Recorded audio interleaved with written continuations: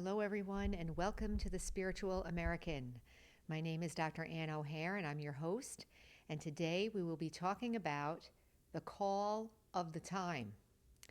And I bet you're wondering what that is. So we will discuss it in a moment. But before we get started, please consider sharing, and subscribing. As you know, that helps us to get this content out to more and more people. And of course, please consider sharing with your friends and family as well. So today, the call of the time, I'm going to say is it's time to get better. And what do I mean by better? Well, I'm going to share my experience, and I'm hopeful, and I'm pretty sure, but of course I can't be positive, that many of you out there are feeling the same thing. So I grew up in the 70s and 80s here in the United States. I grew up in a household where education was encouraged, and as a woman, as a young girl, I was encouraged to get a job and take care of myself and don't be dependent on a man if necessary and so forth. And brought up by baby boomer parents, and that was great. On one hand, it really helped me. I was able to take care of myself and get a career, and I wasn't really ever dependent on anyone externally, which was wonderful. But when I talk about getting better, what I mean is the mind and the heart getting better. For me, externally, I was successful. I was able to get a job. I was able to make money. I was able to live in the world, have respect of my profession, and so forth. However, internally and in relationships, I wasn't that happy. So I'm going to be really honest. So psychology sometimes looks back and says, well, this is what you went through as a child, and that's valid. It's all valid. So here's the thing. It's all valid, whether it's I went through this and this is why I'm this way, or I'm struggling and this is why I'm this way, or I went through this as a child and this is why I'm this way. What I want to say today is take all of that and say, yes, it's valid, because it is. But my mind and my heart are having trouble feeling better. And I was the one that was always trying to study something new or learn something new. Maybe I'll find out something about myself. Maybe I can help myself. Maybe I'll try this, I'll try that. My relationships were still not the greatest, and I had a lot of sadness in my heart. As I'm talking to those of you out there, I would never have admitted that before. So I had sadness in my heart, let's say, or I never felt really fully self-expressed or really fully connected to others. Even in my own family, I didn't feel that way. Now, again, like I said, in the past, if you would have asked me that, I wouldn't have admitted it. I would have said, yeah, everything's fine, working, yeah, everything's great, whatever. Or I would be making somebody wrong, whether it's my family or work or whatever, and I'd be making them wrong so that I could feel a little bit better about myself. And that cycle of either everything's fine, or they're all wrong and I'm just trying to deal with life here, that thing went on until I was about 40 years old. So 40 years of that. When I say today, time to get better, I mean that it's time to listen to yourself. It's time to discover yourself. It's time to care about yourself. I'll share something else. One of the other things that was very disheartening was that on the surface, I thought I was a very generous person. Like I would do anything for anybody and I would always be available to help and so forth. But I never felt like I could be honest about how I felt. The people around me, I always felt like I was helping them. They weren't helping me. I bet some of you can relate to that. What I found when I started doing spiritual practice is that all of that, whether it was the saying everything is great and it's not, or blaming everybody else, or keep on giving and keep on trying and keep on ignoring myself and take care of everybody else and somehow it'll be okay. I'm being a good wife. I'm being a good daughter. I'm being a good friend. I'm being a good worker. I'm being a good nurse. I'm being a good whatever. If you would have asked me then, are you happy?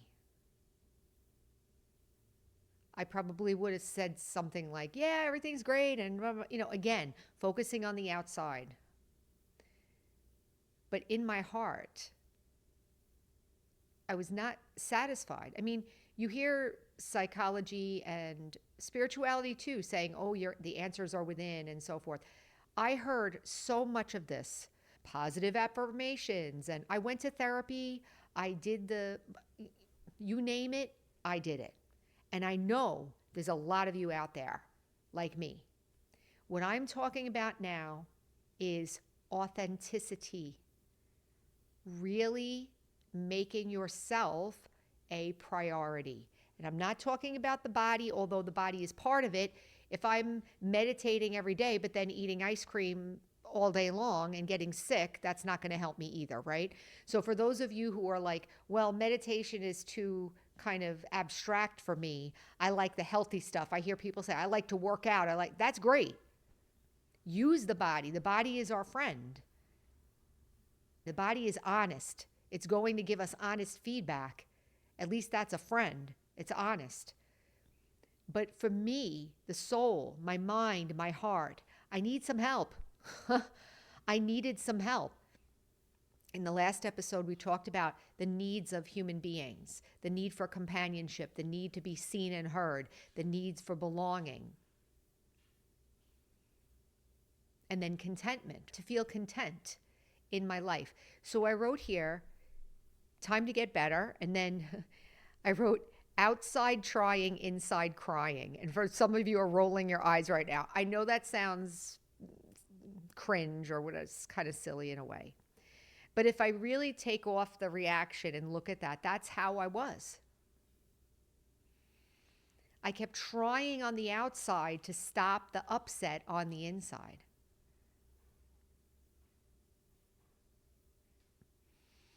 Also, determination to fix, right? I want to fix it. I want to figure something out. I'm going to keep going. And every day you get up with a new determination. But I had anxiety. I had acid reflux. I was having chest pain. The body was reflecting the upset that was going on in my mind. Many of you, I'm sure, can relate to this. Maybe you're trying to get help. Maybe you're trying to fix it. So my hope is that this talk that I'm giving right now can be part of your journey, or maybe have some value. That yes, I used to think that I'm just going to pull up my bootstraps, or I was in denial maybe, or I'm scared to face the fact that I feel lonely, or I'm scared to face the fact that I'm failing. I'm failing to take care of myself, or no matter what I do, I still feel sick, or no matter what I do, my relationships are terrible. What am I supposed to do?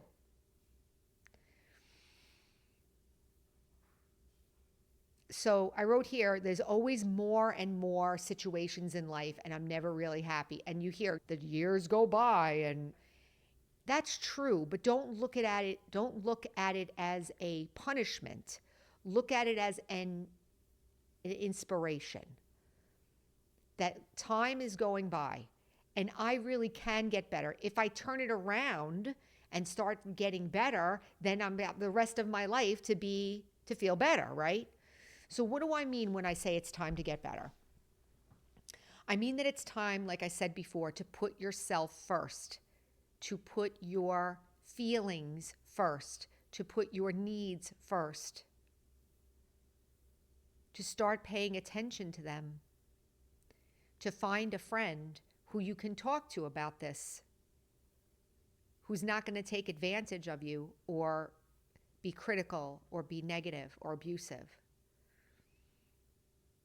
And what does that mean? Well, at first, if I say I'm going to put myself first, the first thought that might come is, oh, that's selfish. And we have another podcast called The Spiritual Relationship that I do with my husband, Ken. And he gave a really great quote the other day about independence. And he said the way to make sure that independence doesn't become selfishness is to make sure that it's going to help others. And I'm going to say that the two go hand in hand. I have to take care of myself in order to actually help other people. One of the other things I was sharing with a friend years ago is that, let's say I'm trying to be the best, like I said, the best wife, the best friend, the best daughter, the best whatever, and I don't take care of myself. How is that good? How is that good? Is there any way that I can justify in my mind logically that I'm taking care of everybody else, but I'm not paying any attention to my own needs, my own desires, my own feelings? Can I logically say that that is correct to do? It doesn't really make sense, does it? So how do I begin to start paying attention to myself? Now, for those of you who are in the camp of, I'm barely having time for this, I'm barely listening to her, but I'm really hurting inside and I got to look for something. For those of you that are like that, I'm going to say meditation is actually the access to this answer, to getting better.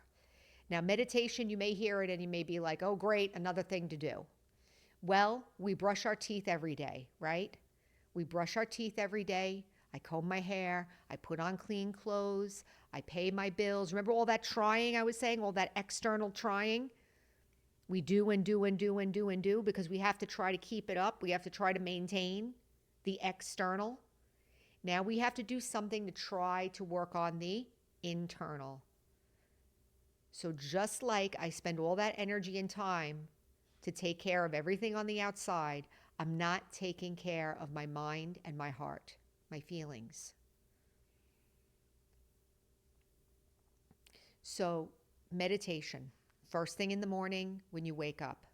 In the description below, there's Release Your Wings meditations. There's a whole bunch of episodes where I did meditation on the class here in the podcast, and you can follow along and use that. Sit quietly for 15 minutes and say to yourself, I'm a soul. My nature is peace. I want to get better. I want my mind to get better. So I'm going to pay attention to it. Now, what happens when we do that? What happens when we start observing the mind? When I'm sitting in meditation, what I'm doing is I'm observing my mind. Maybe I never did that before. Think about if anybody is sick, right? If somebody's sick, eventually they need help. They need attention.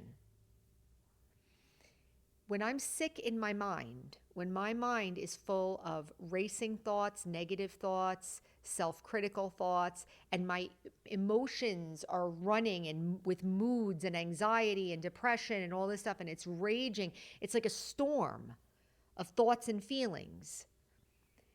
I'm calling that like sick, like I'm sick here. I'm not well. Well would be calm,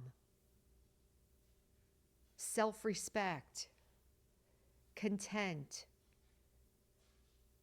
in control, but also able to be generous when needed, right? So that would be well. So I'm calling this sick. So how do if I'm sick, I need help. I need help. What do I need? I need attention. I need to assess the illness.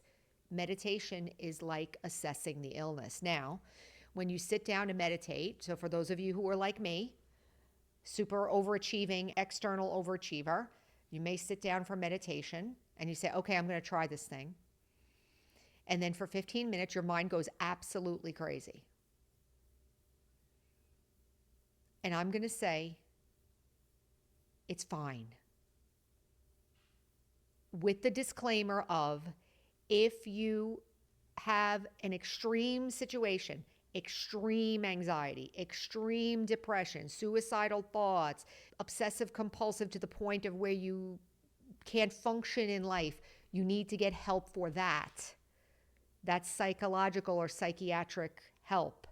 I'm not talking about that. I'm talking about the middle. I'm talking about people who are functioning, those of you who are able to function, but have racing thoughts, negative thoughts, critical thoughts, and emotions and moods that are going crazy and affecting your health and affecting your life and affecting your well-being and affecting your relationships. That's what I'm talking about. Sitting down first thing in the morning, when you wake up, we get up very early in the morning. We get up at between 3 and 5 in the morning and meditate. Now, for those of you who already get up that early, great. For those of you who don't, it's fine. You don't have to get up at 3 o'clock in the morning right away. And you can work towards it if you like, if you're serious about meditation. But you can set your alarm for 30 minutes earlier. So let's say I get up at 6 a.m. I can set my alarm for 5:30. Why do I do that? Because I want a window of time before the habits start. The habits of thinking, habits of feelings, habits of maybe complaining inside or negativity or resistance.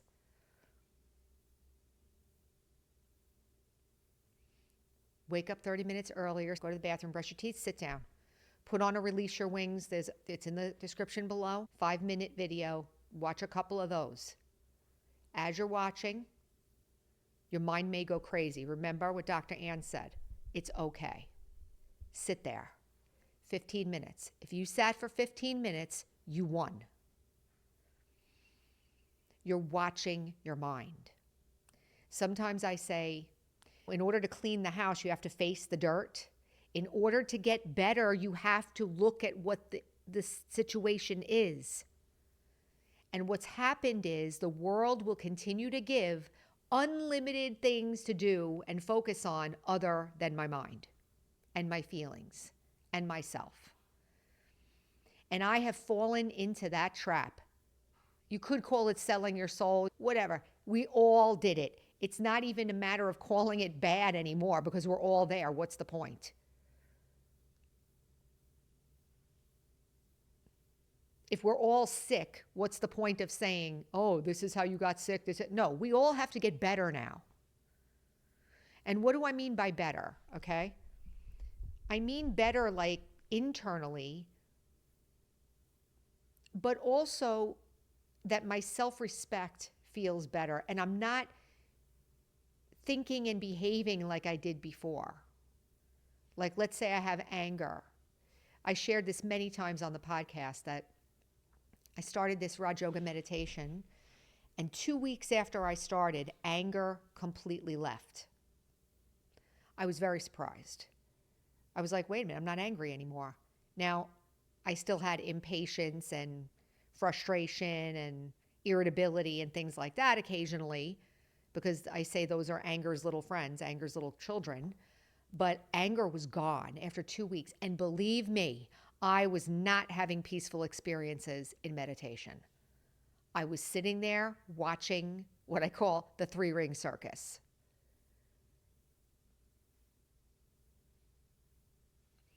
There's another episode that we just had that I put a short together called Americans Can Handle It. I want to say that if you're like me and you have a determination in your spirit, you have a determined spirit, and you want to get better, sit down and face your mind. That's courage. Sit down and try to be quiet or try to follow and be able to tolerate your mind going absolutely nuts for 15 minutes. Do that. Why? Even though I have a freight train of what's the word? A freight train of momentum behind all the pain and all the sorrow and all of that. Even though I have a freight train of momentum behind all of that, it's not too late for me to start something else. Observing. Sometimes I call it merciful self-observation. No judgment. I'm just watching. Don't try to change anything. Just watch. Watch yourself. Tell yourself, I'm not changing anything. I'm just going to watch. Why? Why do we do that? It's like I'm creating like an unaffected self, an unaffected me that's now watching to see what's happening. I'm going to say that in my experience, that is essential. Essential. Meditation, observing the self, observing the mind is essential to get better.